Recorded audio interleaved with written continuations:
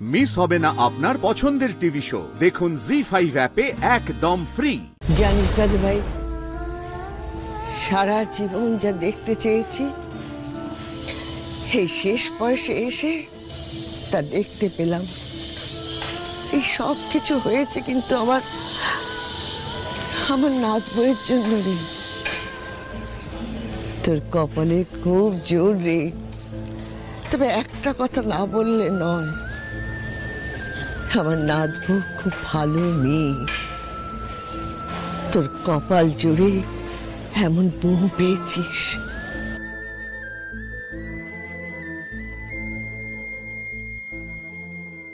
Thank you Anandi, thank you. আমার মা ঠাম্মি আজ এত বছর পর অন্তর থেকে খুশি হয়েছে। আমি এতদিনে পারিনি এটা করতে, আপনি এটা করে দেখালেন। Thank you so much.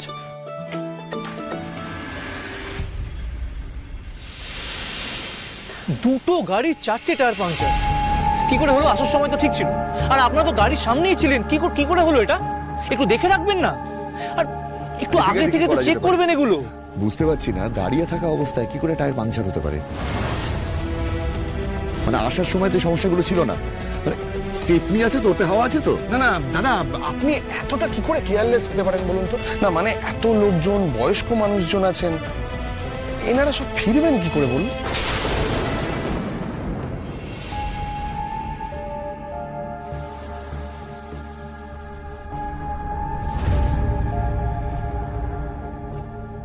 এবার কি করবে আনন্দী?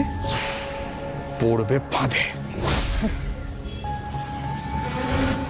রাতের অন্ধকারে যা ঘটে সবই করে ভূতে।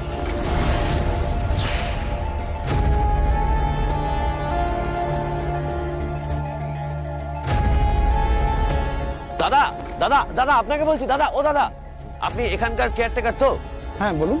হ্যাঁ, আমরা না একটা ক্রাইসিসে পড়েছি। গাড়ির টায়ারটা পাংচার হয়েছে। আপনি একটা মেকানিক অ্যারেঞ্জ করে দিতে পারেন? প্লিজ প্লিজ কাইন্ডলি একটু দিন না।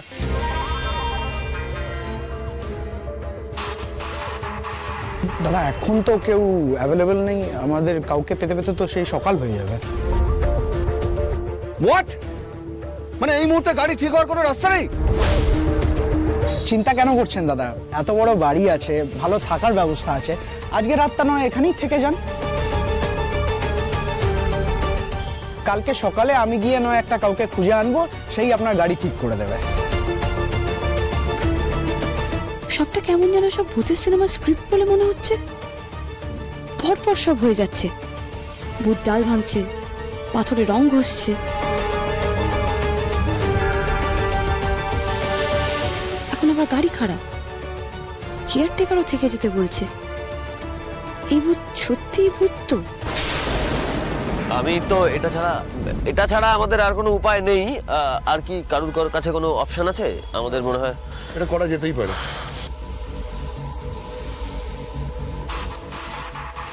না, নেই তো।